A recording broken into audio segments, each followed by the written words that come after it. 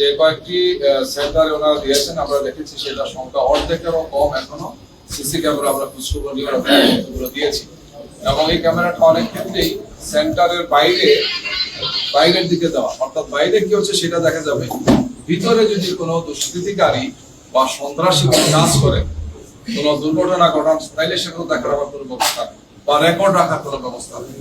আমরা বলেছি যে না, এটা আপনাদের বাস্তবভিত্তিক পদক্ষেপ নিতে হবে। আমরা এই ব্যাপারে প্রধান উপদেষ্টা, তারপরে অর্থ উপদেষ্টা সবার সাথে আমরা কথা বলেছি যে এই ব্যাপারে প্রয়োজনীয় সহযোগিতা, প্র্যাকটিক্যাল সহযোগিতা যেটা করা উচিত ওনারা যাতে সেটা করে। আমরা বলেছি যে এই ব্যাপারে আপনারা সহযোগিতা পাবেন। আমরা সবগুলো সেন্টারে চাই সিসি ক্যামেরা স্থাপন করা হোক, যাতে কোনো ধরনের কোনো অনুকাঙ্ক্ষিত, প্রত্যাশিত বা এই ধরনের সন্ত্রাসী কোনো কার্যক্রম যাতে কেউ করতে না পারেন, একটি সুন্দর নিরাপদ নির্বাচনে যাতে আমাদের দেশের মানুষ অংশগ্রহণ করতে পারে। এছাড়াও আমরা কিছু কিছু এলাকাতে আইন শৃঙ্খলা বাহিনীর যারা আছেন জেলা পর্যায়ে অথবা রিটার্নিং অথবা সহকারী রিটার্নিং এর দায়িত্ব আছে, এমন কয়েকজন দায়িত্বশীল ব্যক্তির ব্যাপারে আমরা বিশ্বাস করেছি যে তাদের আচরণ মনে হচ্ছে যে তারা কোন একটা দলের পক্ষে নির্লজ্জভাবে ভূমিকা পালন করছে। আমরা বিশ্বাস করেছি, আমরা হয়তো এক সময় এটা আপনাদের মাধ্যমে জাতিকে জানাবো, সেটা জানাতে না হয় এই জন্য ওনাদেরকে নিরপেক্ষ অবস্থানে আসার জন্য এই সামগ্রিক বিষয়গুলো নিয়ে আমরা কথা বলেছি। আরেকটি বিষয় আমরা ক্লিয়ার করেছি যে প্রবাসীরা যে ভোট দিয়েছেন, এটা প্রবাসীরা জানেন যে 25 তারিখই শেষ তারিখ। ওনারা বলেছেন যে না, এটা চাইলে আরো 2-3 দিন পর্যন্ত দিতে পারবেন। মূল কথা হচ্ছে যে 12 তারিখের মধ্যে সেই বাংলাদেশে পৌঁছতে হবে।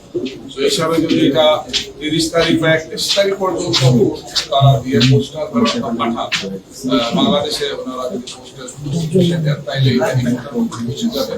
ওনারা আমাদের যেহেতু 3 দিন বন্ধ ছিল, গত আপনারা জানেন 23, 24, 25 দিন বন্ধ বলতে 23, 24 হচ্ছে শুক্র শনিবার মধ্যপ্রাচ্য বন্ধ থাকে, আবার শনি রবি 24, 25 পাশ্চাত্যের দেশগুলো বন্ধ থাকে। এই জন্য একজন রুশীয় পোস্টাল ব্যালটটা পোস্ট অফিসে দেওয়ার ক্ষেত্রে হয়তো অনেকের ধারণা ছিল যে পোস্ট অফিসে দিলাম বন্ধ, সেটা আসবে না।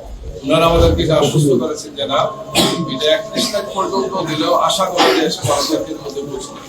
মূল শর্ত হচ্ছে যে দেশে যিনি আছেন সেই দেশের বাস্তবতাকে সামনে রেখে ওনারা যাতে এমন ভাবে সেটা দেয় যাতে 12 তারিখের মধ্যে এসে পৌঁছে যেত। 12 তারিখে আমাদের ভোট দেওয়া, ভোট গণনার তারিখের মধ্যে বুঝতে হবে। তো আমরা বলেছি ঠিক আছে, আমরা আমাদের বাংলাদেশি কমিউনিটি ভাইরা যারা দেশে আছে আমরা তাদেরকে এটা আবার বিশ্বাস করবো। ইসির পক্ষ থেকে এটা বলবো, সম্ভবত আজকে ইসির পক্ষ থেকে এই ব্যাপারে একটা সংবাদ সম্মেলনে বলা হয়েছে। প্রবাসীদের একটা বড় উদ্বেগ এবং উৎকণ্ঠা যে আমরা প্রথমবার ভোট দিতে যাচ্ছি, অথচ সময়ের এই সীমাবদ্ধতার কারণে এই সমস্যাটা হচ্ছে। এখন আশা করি যে প্রবাসীরা কিছুটা হলেও তারা একটু সময় পাবেন, আশ্বস্ত হবেন এবং তারা তাদের ভোটাধিকার সম্ভবত তারা প্রয়োগ করতে পারবেন এবং বাংলাদেশে আমরা সঠিক সময় আসি এই ব্যালটে আসে, পোস্টাল ব্যালটে আসে পৌঁছবে, আমরা সেটা আশা করছি। এই সমস্ত বিষয় নিয়ে আমরা আলোচনা করেছি, তাদেরকে বিশ্বাস করেছি, তারা আমাদেরকে আশ্বস্ত করেছেন যে এই ব্যাপারে প্রয়োজনীয় পদক্ষেপ